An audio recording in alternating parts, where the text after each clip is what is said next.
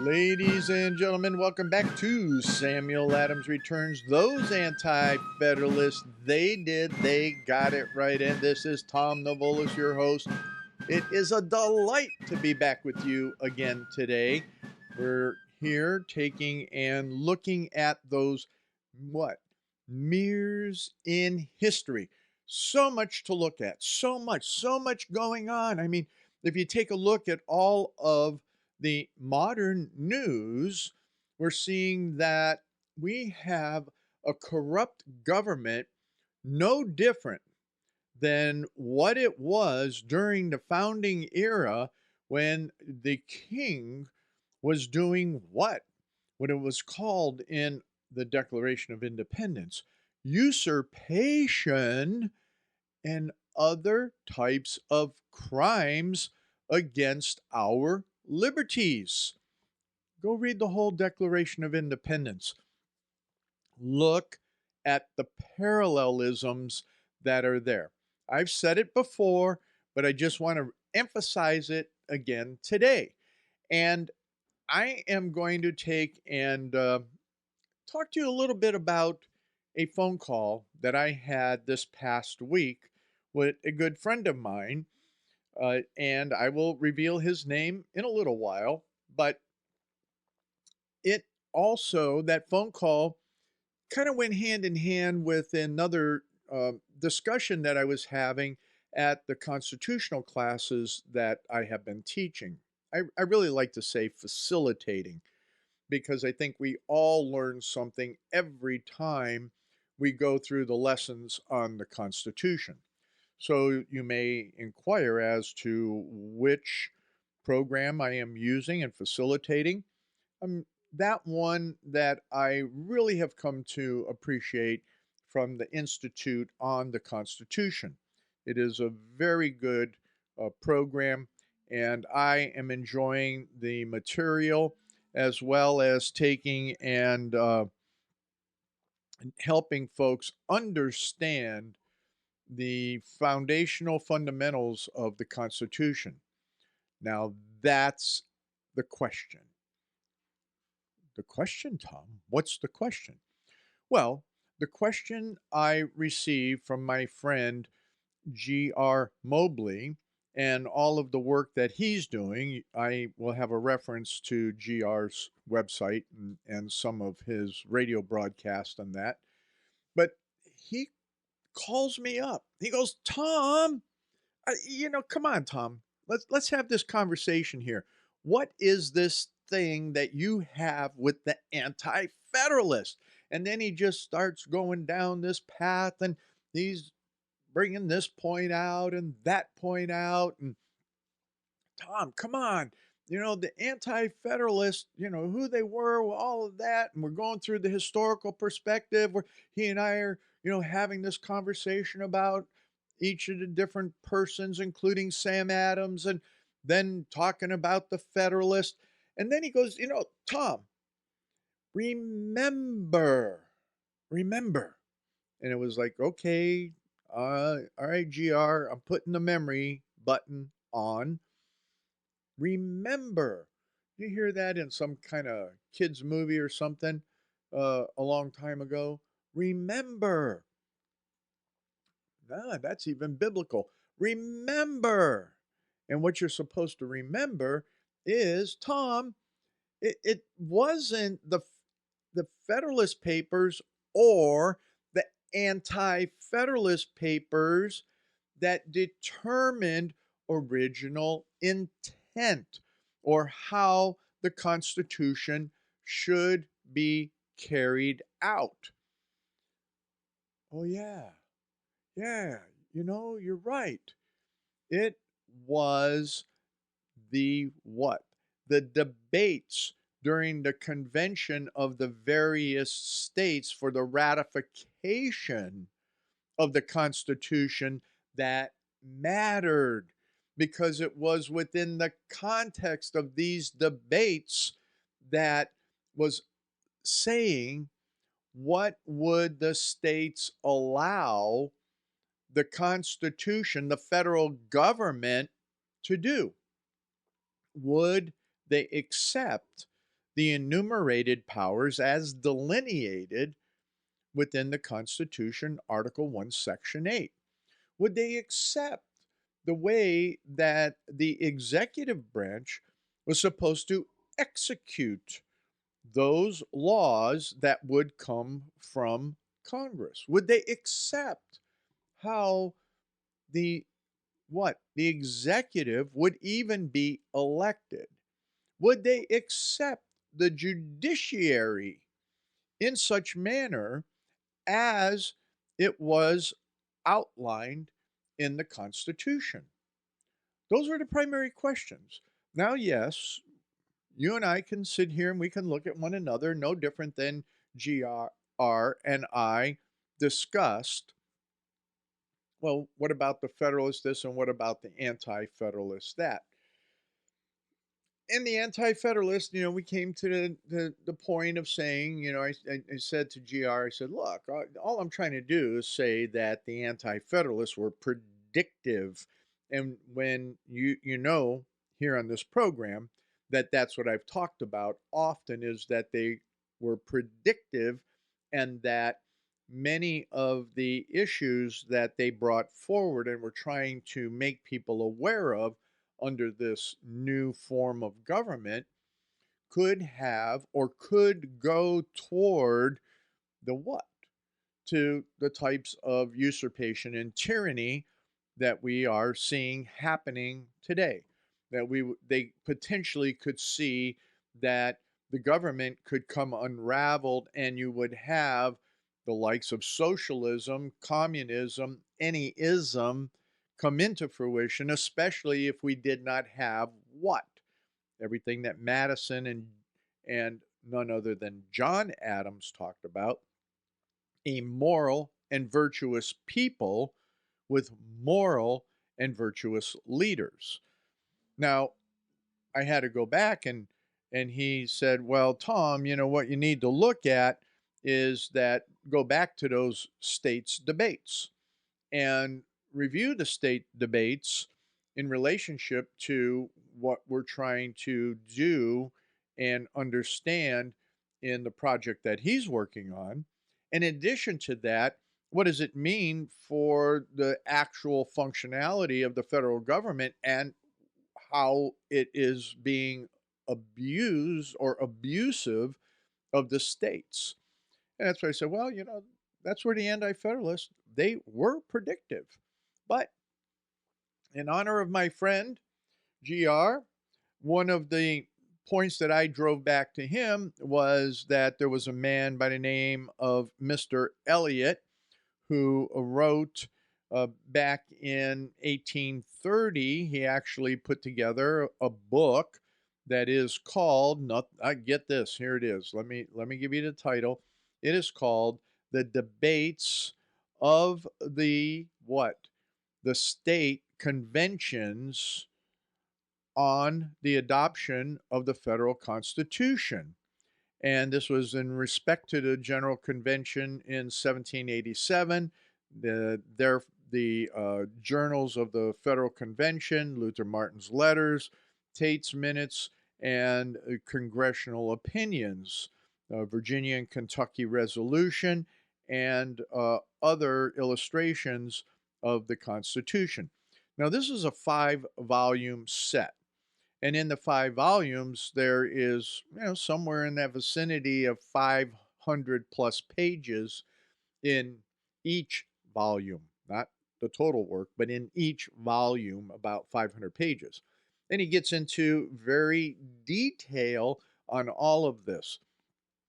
So in the last 5 minutes, what I want to do is talk about a few things. Here's from Jonathan Elliott. And he said the debates in the several state conventions on the adoption of the federal constitution as recommended by the General Convention in Philadelphia, together with the journals of the Federal Convention, Luther Martin's letters, Yates minutes, congressional opinions, Virginia and Kentucky resolutions of 98 and 99, and other illustrations of the Constitution. There ended up being two versions of this, or two editions, and the second edition was in 1836. What I wanted to get to was here in the preface to the first edition, this paragraph, and the second paragraph a little bit, but the primary paragraph says this: another point, or in another point of view, these debates must be acceptable at present moment. In the recent Congress, and you can apply it to our present Congress, a vast number of resolutions have been submitted proposing various amendments to the Constitution. Now, that isn't happening, but the laws that especially the Democrats are proposing are definitely changing the way that our government would fundamentally operate. And thankfully, H.R. 1 failed because of the Republicans taking and standing together and stopping it in the Senate. So, going back to what he says, a vast number of resolutions have been submitted proposing various amendments to the Constitution, a fact sufficiently striking to call the attention of the nation at large seriously to consider the views and ponder on the arguments of those who opposed or advocated the Constitution at the time of its adoption. Hence, on entering the field of debate on constitutional topics, an acquaintance with these opinions and sentiments must certainly be of the first importance to public speakers. In exercising the power of legislation, could Congress consult higher authority? In expounding parts of the Constitution which seem extremely doubtful, the publication of the proceedings and debates of the states must at least be useful. For what the states really intended to grant to the federal government must be looked for in their acts and in their discussions, which manifest the state's intentions in a manner peculiarly satisfactory. Touching constitutional topics so frequently the subject of controversy in Congress and in the legal tribunals of the country. Now, what that gets down to, he's saying no different than what my friend GR quoted to me from Madison, which I'm going to paraphrase. Madison says, he was asked before he died, what did you take notes? What were your notes? What was your opinion? What were your thoughts? What was going on at the convention in 87?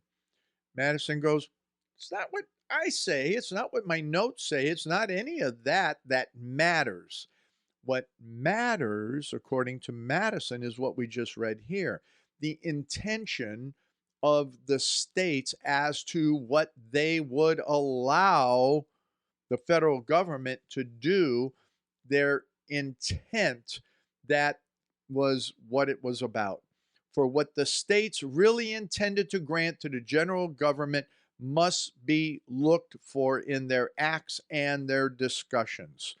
Ladies and gentlemen, that's what we're going to delve into a little bit more here when we come back into that second segment. I want to take the time to take and go through not only a little bit more in this, I want to go and look at some of the real time issues that are going on. And then I'm going to take you into someone who was considered the first and premier person that wrote about the Constitution, the person that that just was right there, top notch, a gentleman by the last name of Tucker. And I will give you his first name and the idea of who he was as we come back into the second segment and give you something that you need to look up in the dictionary. Here's a word for you: explicates. Explicates. Because it's very important to understand that the states explicated. And come on back for the second segment in a minute. Second segment of Samuel Adams Returns. Those anti federalists, they did okay. They did get it right from the fact that, yeah, they were predictive. And as always, this is Tom Navolis, your host, and so delighted to be with you again today. And don't forget that what I would like you to do is go over to Liberty Works Radio Network and find that donate button. Great programming. This is your network. It is about liberty. That's what we're talking about. And we have to keep promoting it and fighting for it. So, with that, I want to continue and go back first off to what I was reading to you earlier and finish off the second paragraph.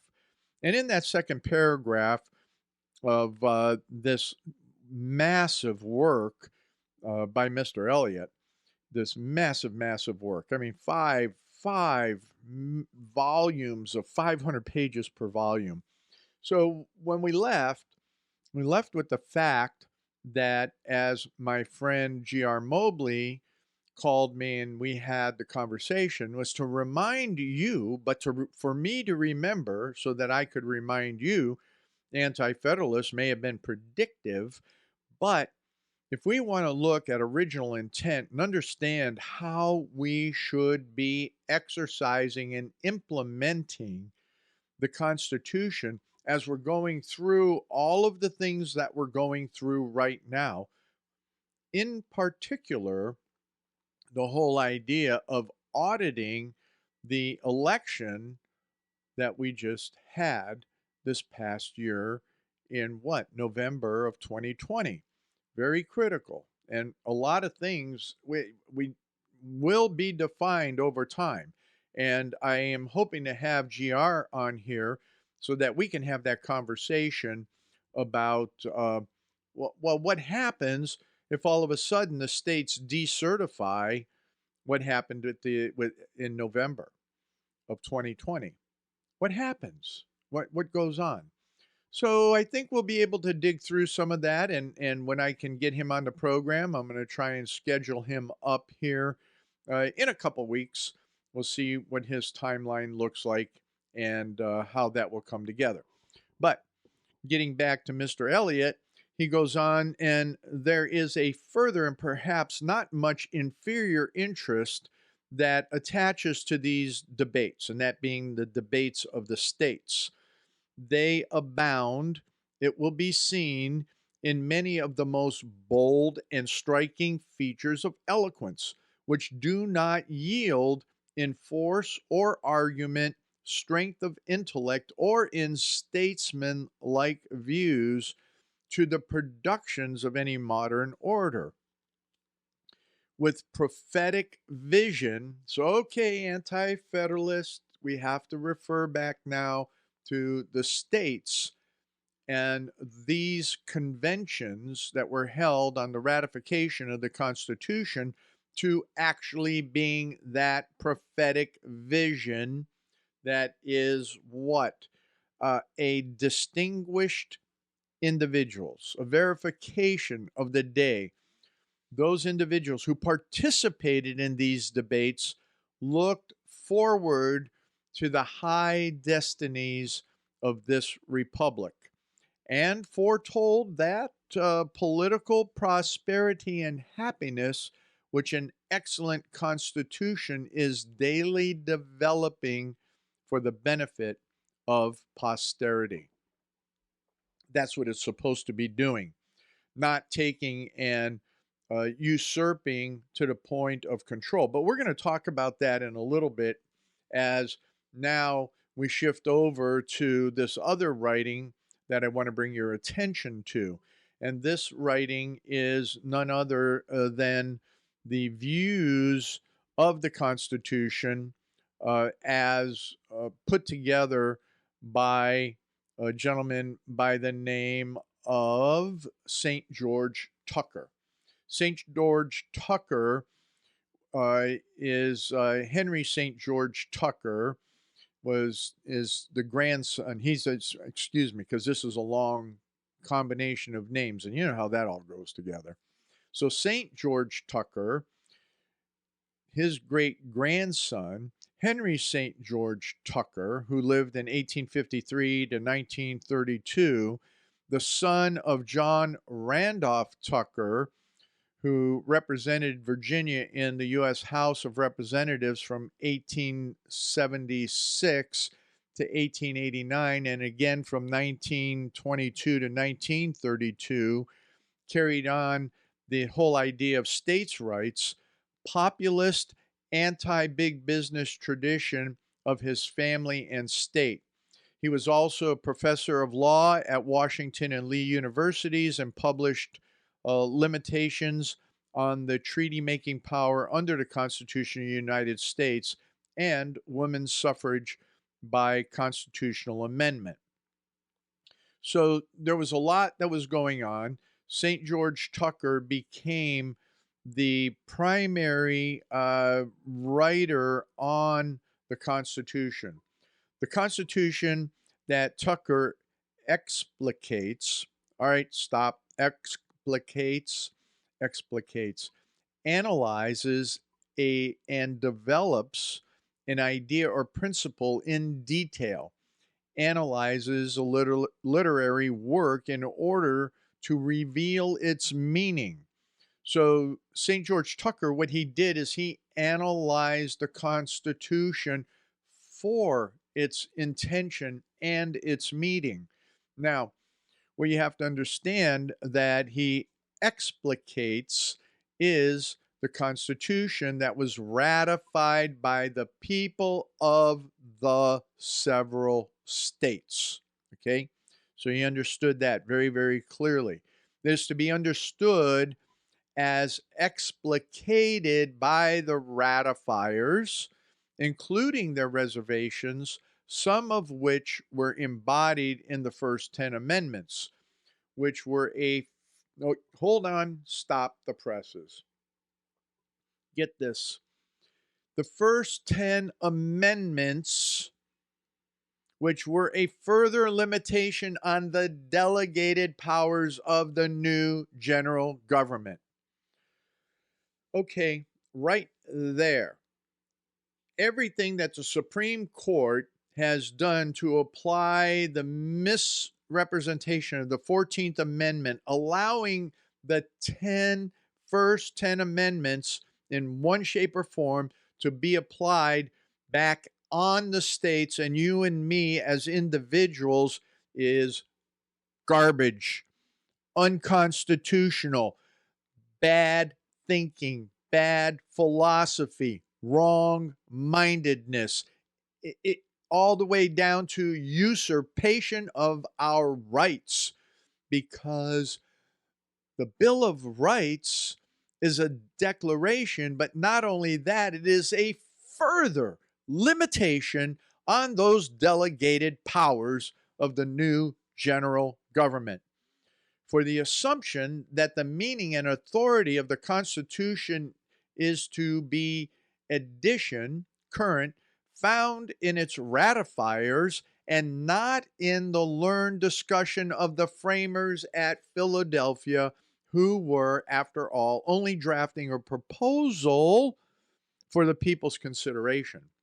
Tucker has the support of Madison himself, and there's a Madison letter to Thomas Ritchie, September 15th, 1821, and that is the one that my friend G.R. Mobley quoted to me, and I'm not going to go there, but you can hear that that is the reference.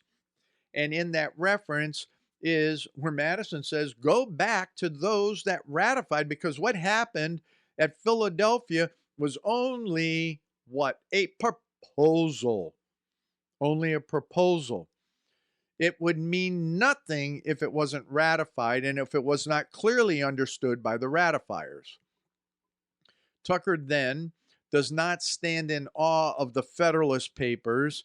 He recognizes them as special pleadings for the Constitution before ratification and amendment. He finds some things in them admirable, particularly the defense of an independent judiciary.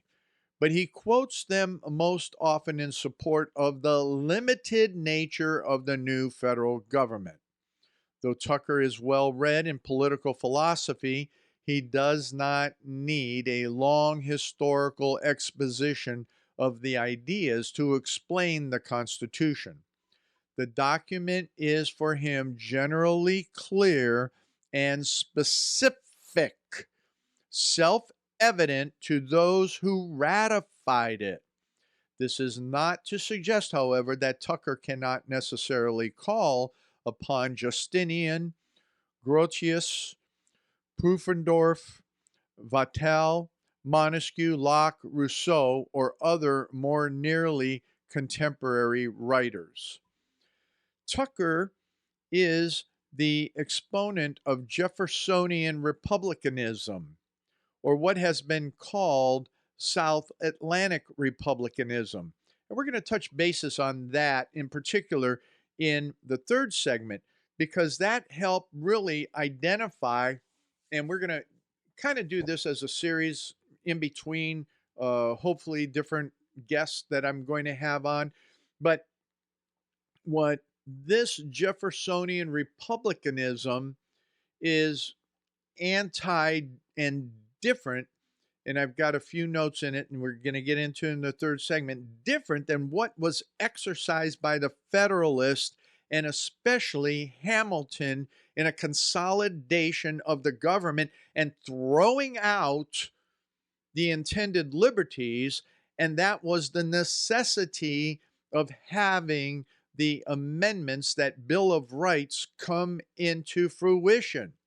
So this South Atlantic republicanism, in contrast to the commercial republicanism, and that's what we're going to talk about in the third segment, is the differentiation between that, and that it is what is crazy in America today. This is the whole idea of this whole commercial republicanism, is what I always talk about, where we have gone after economy instead of liberty. So Jeffersonian republicanism was not against fair trade, but it wanted you to question what was free markets, what was this whole thing of commercial republicanism, because it moved to the consolidation of government, and to what we're now experiencing is socialism, if not almost fascism, especially with a lot that has happened when we look at what happened in 1937 with a Supreme Court decision that allowed for what?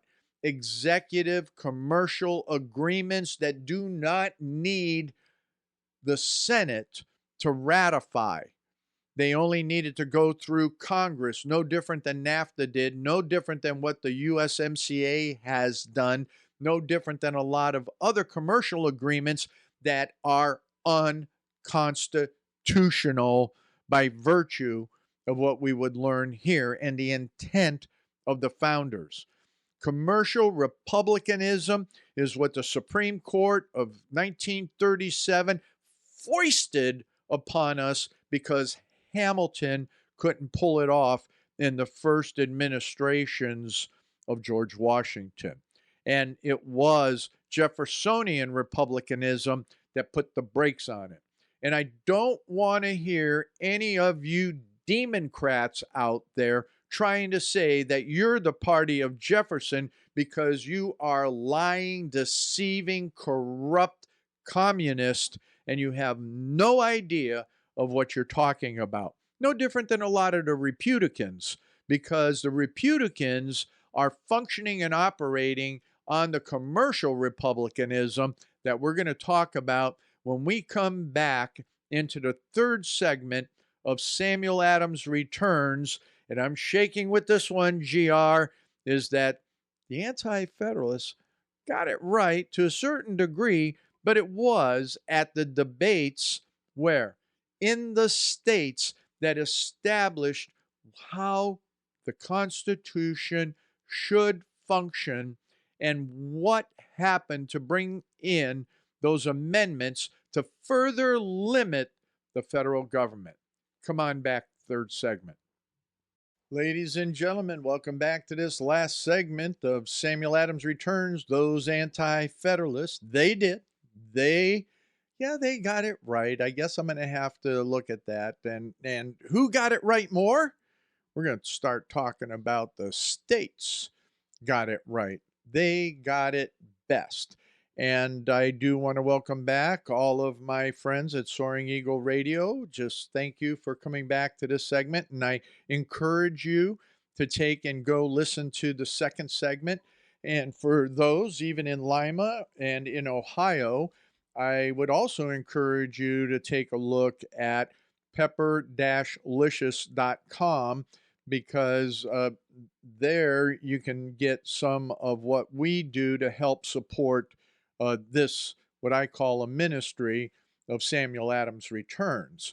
Now, as we're looking through those mirrors of history where we concluded in the last segment, and this is where all of the Soaring Eagle folks, I hope you will go back there and look at the second segment, is that St. George Tucker talking about the difference and expounding on Jeffersonian republicanism and a bit of the difference between that and what is commercial republicanism and what that is, and it's being exercised today. I'll sum it up right from the beginning, and we're going to jump through a few other things here as we get to it. Is that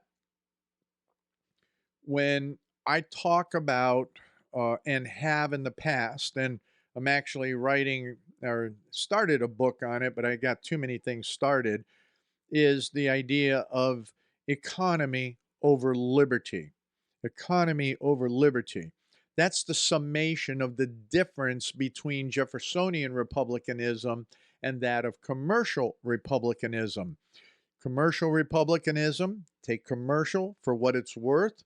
That was a Hamiltonian concept, and it was derived from that in Europe and England in particular about making this huge commercial nation that becomes dominant in the world and operates from the basis of a centralized government.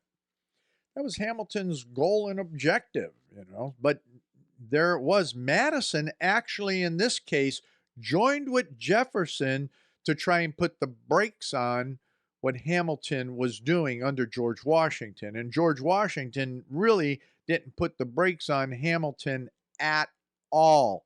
And I'm sorry, but that if there's a failure in the administration of George Washington, I would have to say that under the circumstances, that would be my opinion. But regardless of my opinion, what we want to look at is that the political background of Tucker's work is significant. The Constitution had been ratified reluctantly and with reservations by Virginia and New York, and not at all by North Carolina and Rhode Island until there was an understanding that amendments would be made. 12 such amendments were proposed by the first Congress, and 10 of them swiftly were ratified. This Bills of Rights was to reassert the limited nature of the new government's powers and their dependence solely on the delegation of the people of the several sovereign states. Do you understand that? Many of you who listen to this program, who are going through the constitutional classes that I'm facilitating, you're getting that. You do get that. And that's the whole point, is that the Bill of Rights, those first 10 amendments were, as I stated earlier, are to do what?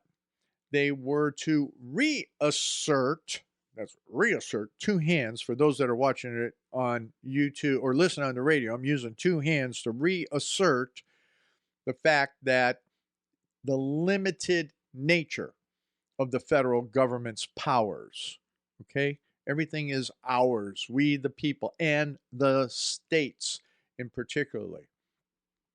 I love this. because he goes on what I've talked about before. Hardly had the federal government gotten underway, however, then the largely northern political faction under Hamilton and John Adams. Oh, Sam was shaking his head about his cousin. Under Hamilton and John Adams launched an initiative to stretch those powers as far as they would go and to make light of the limits. And they did. They made light of the limits. Much of this expansion represented a desire to use the government in mercantilistic ways. For example, and here they are. This is what happened, especially with Hamilton, is that the examples being a national bank, a funded national debt, a commercial treaty with Great Britain. All were policies that profited the commercial classes of the North and were burdensome to the free trade agricultural empire of the South. Now, here it is. Take it no matter what. Throw all of the other garbage on all of this other stuff, on critical race theory, of all this other 1619 trash, all of the other garbage out, and focus on the reality that of today, of exactly what we have with the Googles, the Schmoogles, the Facebooks, the Twitters, Yitters, Yappers, Amazons, swamp monsters, high tech, businesses, General Motors, whatever you want to call, any of them could be considered the northern commercial class. So that is the commercial republicanism or republicanism. And then those of us who live in the real world. Okay, those of us who might have little farms, those of us who have big farms, those of us, oh no, small business owners.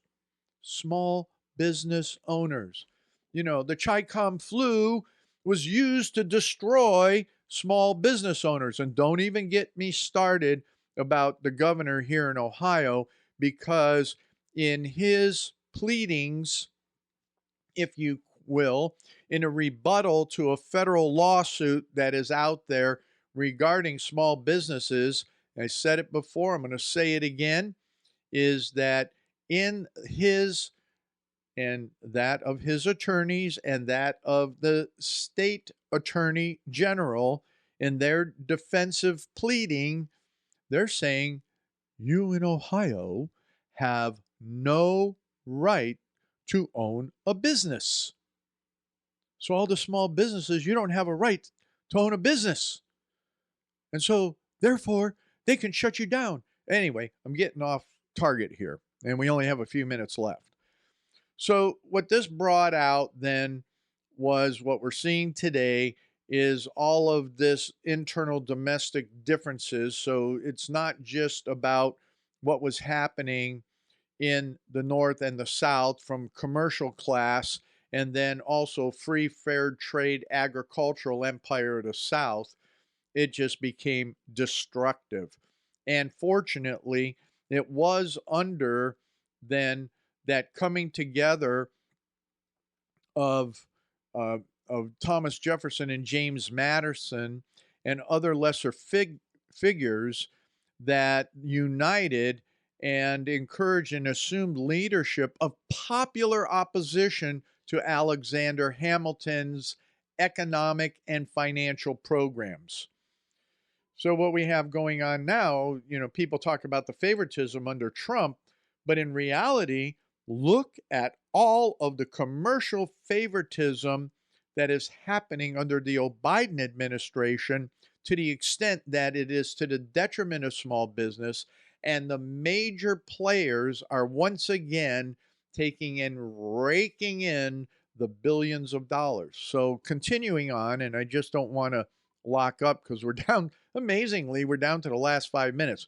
So the differentiation in this Jeffersonian republicanism, that it emerged 3 years after the inauguration of the Constitution. And as I said, it was a coming together of Madison and Jefferson to take and oppose Alexander Hamilton.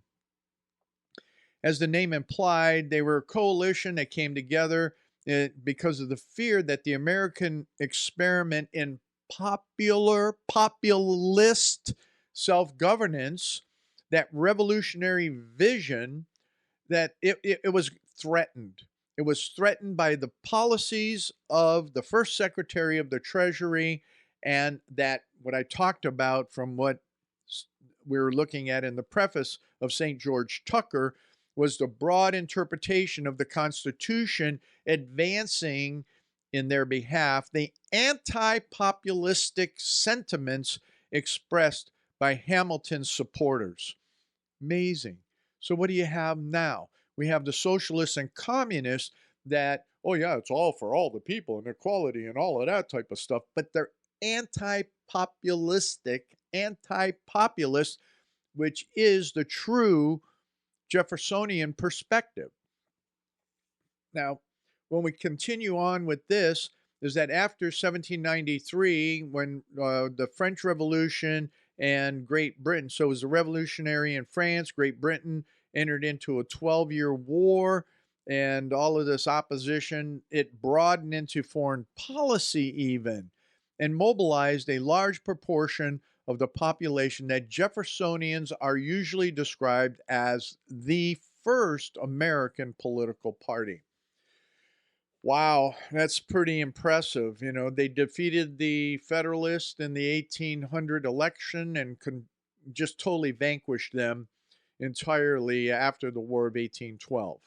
So we can look at a lot of different things here, but let's get down to it, is that Hamilton's proposals for the funding of the Revolutionary War debt, the assumption of the obligations of the states, creation of a national bank, and federal encouragement of native manufacturers were intended to equip the new United States with economic and financial institutions similar to that of Great Britain, which I've discussed. But they were carried out in such a way that it was expected that it would secure the nation's freedom, promote prosperity and growth, and win the nation firm allegiance to the fledgling Constitution. But Hamilton's proposals, his proposals favored certain men and certain regions more immediately than other states and others. States with large remaining debts, commercial and financial regions, rather than the West and the South. So then the moneyed men whose fortunes swelled because of the bonds that they had purchased for a fraction of their value rose to par as a result of the funding and could then be used to purchase bank stocks. Okay, see, it all drives back to what we're looking at. Wall Street, it becomes that lust, if you will, of what is economy over liberty.